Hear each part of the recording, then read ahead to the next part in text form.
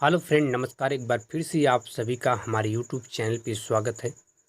साथियों, आज हम आपको इस वीडियो में हिंदी से रिलेटेड हिंदी से रिलेटेड साथियों कुछ छोटे छोटे डेफिनेशन आपको बताएंगे जो बेहद ही महत्वपूर्ण हैं और अक्सर ये परीक्षाओं में पूछे भी जाते हैं।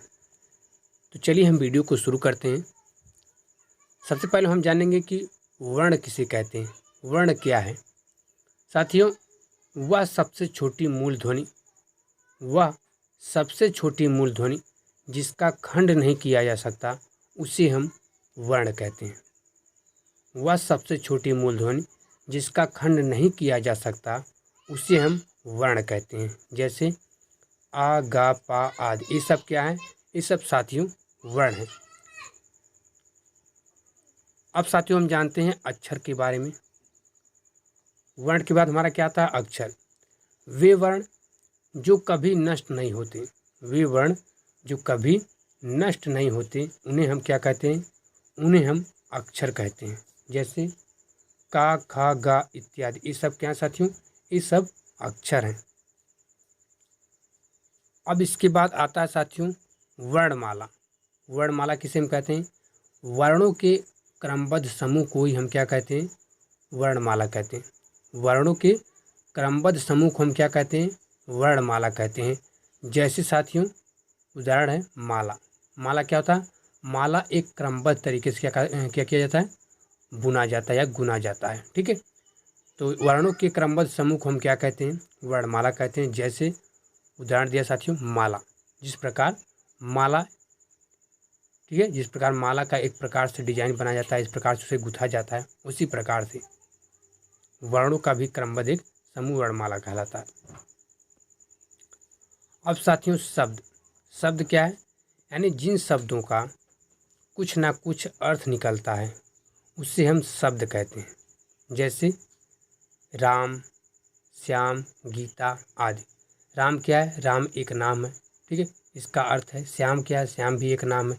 गीता क्या है? गीता भी एक नाम है। तो जिन शब्दों का कुछ ना कुछ अर्थ निकलता है उसे हम क्या कहते हैं? उसी को हम शब्द कहते हैं। ठीक है,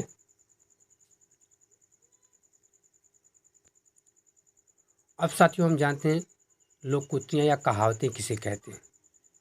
लोकोक्तियाँ या कहावतें दोनों एक ही हैं, लेकिन कहीं कहीं पर लोकोक्तियाँ लिखी होती हैं, कहीं कहीं पर आपकी कहावतें लिखी हुई थी। ठीक है, तो आप लोकोक्तियों को परिभाषा क्या होती है, यानी कहावत किसे कहते हैं, कहावत का डेफिनेशन क्या होता है।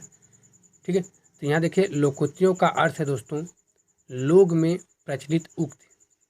लोकोक्तियों का अर्थ है कि लोगों में प्रचलित उक्ति। जब कोई पूरा कथन किसी प्रसंग विशेष में उद्धृत किया जाता है तो वह लोकोक्तियाँ कहलाता है।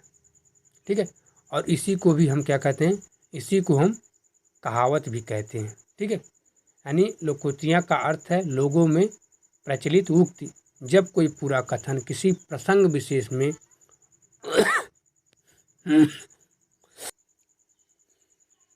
तो जब कोई पूरा कथन किसी प्रसंग विशेष में उद्धृत किया जाता है तो उसे हम लोकोक्तियाँ कहते हैं। और इसी को भी हम क्या कहते हैं? इसी को कहावत भी कहा जाता है। जैसे साथियों, जैसे यहाँ पे देखिए उदाहरण दिया है। उदाहरण में दिया है आपको कि उस दिन बात ही बात में राम ने कहा, हाँ मैं अकेला ही कुआं खोद लूँगा। तो जो मैं अकेला ही कुआं खोद लूँगा, ये साथियों क्या है? ये आपकी कहावत है। ठीक है, कि मैं अकेला ही क्या करूँगा? मैं अकेला ही कुआं खोद लूँगा। ये क्या साथियों? ये आपका कहावत है। अब साथियों हम जानते हैं मुहावरा और लोकोक्तियों में अंतर। यानी मुहावरा और लोकोक्तियों में क्या अंतर होता है? मुहावरा क्या साथियों? मुहावरा वाक्यांश होता है। मुहावरा क्या होता है? मुहावरा वाक्यांश होता है, जबकि जो लोकोक्ति है यह एक पूरा वाक्य होता है। ठीक है, मुहावरा में उद्देश्य और विधेय नहीं होता। मुहावरा में उद्देश्य और विधेय नहीं होता, जबकि लोकोक्ति में उद्देश्य और विधेय दोनों होते हैं। ठीक है, अगला अंतर है साथियों कि मुहावरा वाक्य का अंत होता है, इसलिए इसका प्रयोग संभव नहीं है। ठीक है, इसका प्रयोग वाक्यों के अंतर्गत ही संभव है। और लोकोक्ति एक पूरे वाक्य रूप में होती है, इसलिए इसका प्रयोग संभव है। और भी बहुत सारे कहावत और मुहावरा में अंतर है। ठीक है, ये लेकिन जो तीन है, ये तीन विशेष अंतर हैं। इसे आप याद करेंगे तो आपके लिए कोई भी दिक्कत नहीं होगी यदि आपको परीक्षाओं में पूछता है तो। ठीक है, अब साथियों हम जानते हैं कि पाठ बोधन क्या है। किसी दिए गए पाठ को पढ़कर अध्येता द्वारा प्रतिपाद्य विषय तथा गद्यांश में निहित मूल अर्थ को हृदयगम करना ही पाठ बोधन कहलाता है। इसकी छोटी सी डेफिनेशन साथियों कि किसी दिए गए पाठ को पढ़कर अध्येता द्वारा प्रतिपाद्य विषय तथा गद्यांश में निहित मूल अर्थ को हृदयगम करना ही पाठ बोधन कहलाता है। अब साथियों हम जानते हैं कि शब्द शक्ति क्या है।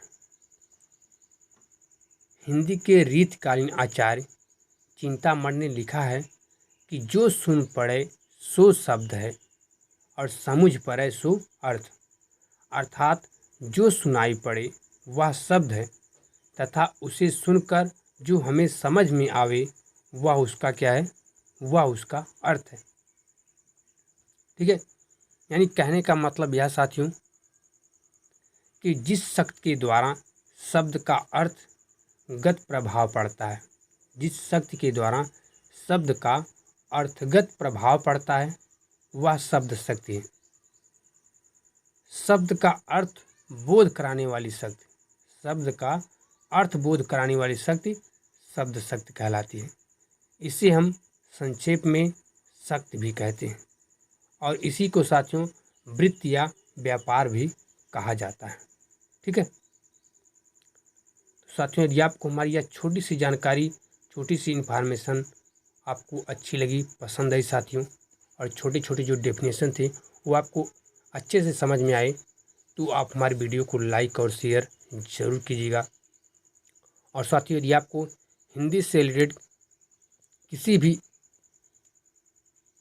भी चीज़ की यदि आपको डेफिनेशन चाहिए तो आप हमें कमेंट बॉक्स में कमेंट करके पूछ सकते हैं, हम उसकी जानकारी आप तक ज़रूर पहुंचाएंगे।